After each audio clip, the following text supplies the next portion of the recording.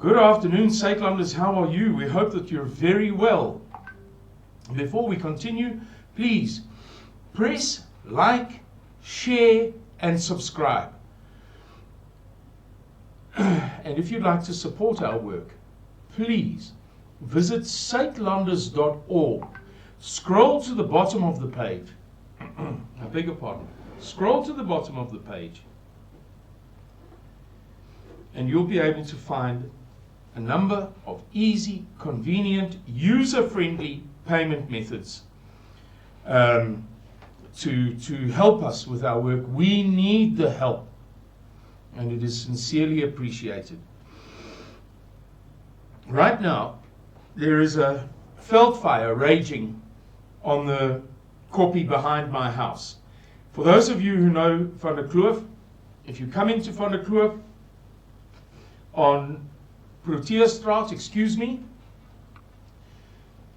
you get a left turn into the short little main street where you find the police station, the Midas and pharmacy, bottle store, the Ribbok restaurant, Tannie Zetti's shop, the whole lot are in that street. If you continue past it, you come to the old derelict.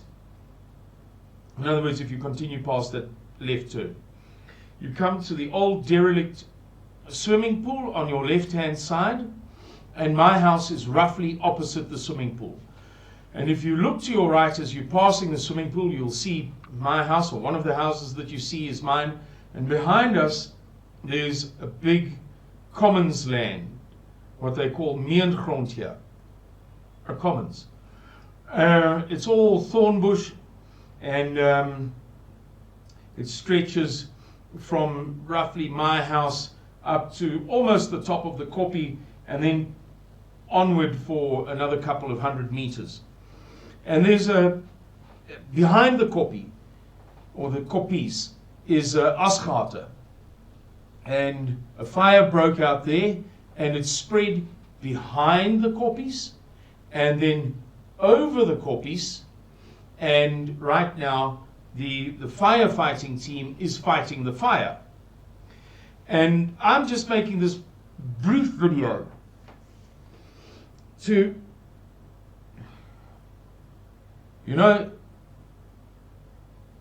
it's so important. I'm going to explain. I know I'm jumping around. Be patient with me. One of my sons is very humble and modest, and always has been since he was a kid. And he and I chatted this morning, and he said to me, "Dad, I'm with you. I'm with you. But you know how I am." So he's with me in the cause, he's with me in the belief, he's with me in being able to see what's happening in the world.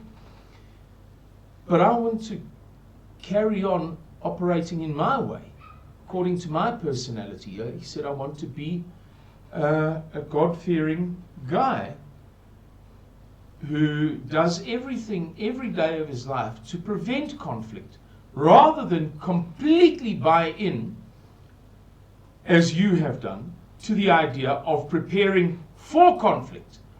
I said to him, I understand that's the way you are.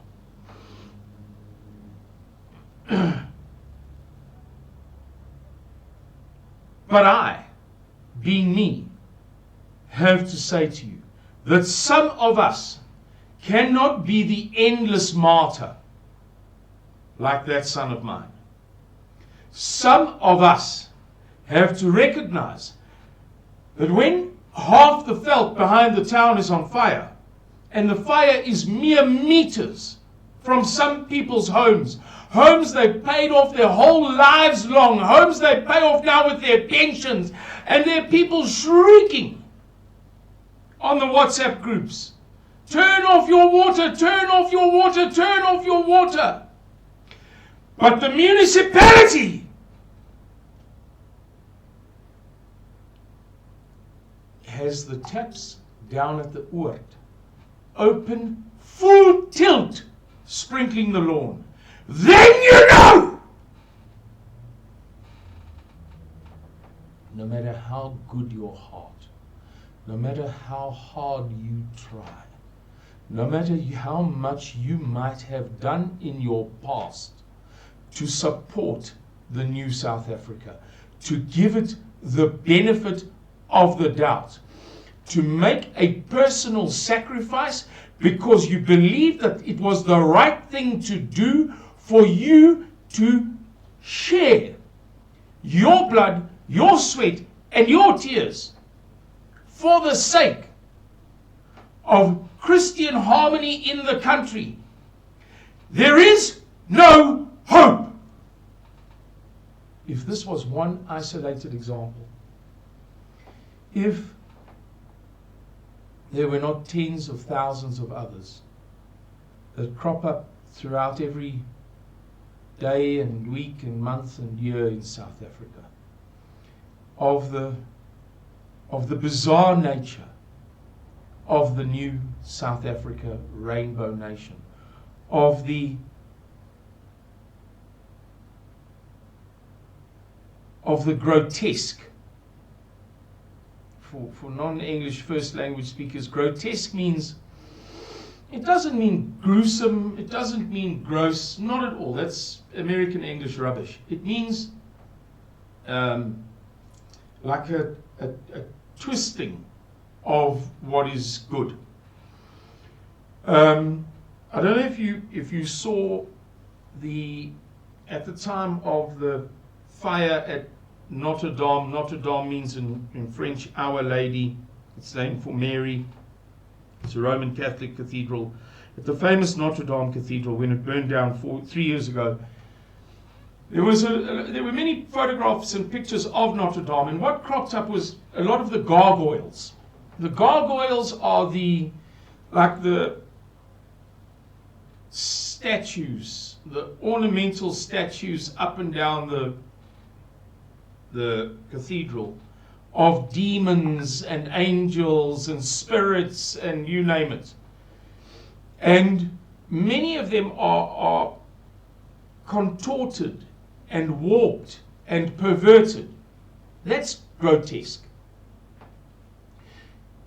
In traditional English, obviously now it's not acceptable, but a man wearing women's clothing would be considered grotesque. Let's say a fat lady wearing skimpy clothes would be considered grotesque. Never mind that Americans would say, oh, that's gross. Again, hopelessly inaccurate English, but given that it is used, somebody might say, well, in that case, there's similar. It's gross. You're saying she's grotesque. No. It's not about the fact that she looks ugly. It's not about the fact that the man wearing women's clothes may look ugly. It's a grotesque. It's a perversion of what makes sense.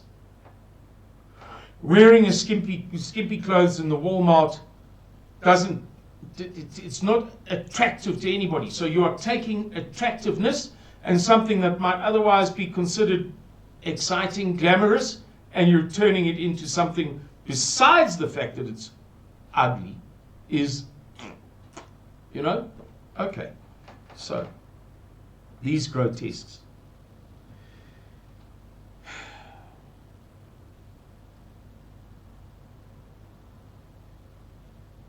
Our government is a grotesque of a government. It is a grotesque. The African National Congress is a grotesque. And you may trust me because I've seen it up this close. A grotesque of a political party. The African National Congress government, as opposed to party, is a grotesque of a government. It's a perversion, it's a warping. It's a false interpretation of the convention. Given that the state, we talk about the party, the government, the state, or the party, the government, the state, as thoroughly populated by deployed cadres of the African National Congress, which is done almost nowhere else in the world. Apart from failed states, Uganda, you know what I mean? Given that it is therefore, the state is therefore an expression of the African National Congress, so too the African National Congress as state is a grotesque. The ANC state is a grotesque of a state. And so too, our municipality is to the extent that it exists, is a grotesque of a municipality. Everybody's turning off taps. I had the hose pipe running. I was watering my beautiful privets that I got from Isak. His family's got 100-year-old, maybe older, I don't know, privets outside Phillipstown, other side of Phillipstown. He gave me, I think it was 25. I was watering the privets. They're looking beautiful. I saw the message. I dashed down. This had been going on for 2 hours, but it didn't occur to me. I wasn't conscious of my hosepipe. I was thinking about other things, work, doing videos. You would think the municipal workers, the very first moment, I don't know, I just, seriously. You might say, yeah, but Simon, they can forget just as you can. They've been doing it for 30 years, man, and there's more than one of them. And it's not as if they're very busy with something else.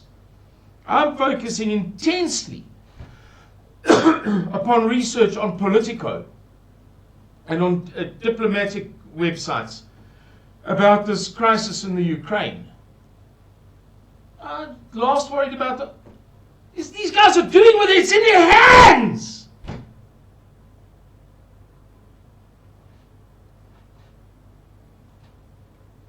It's not my fault. You hate me because I'm black. No, I hate you because you're Asian.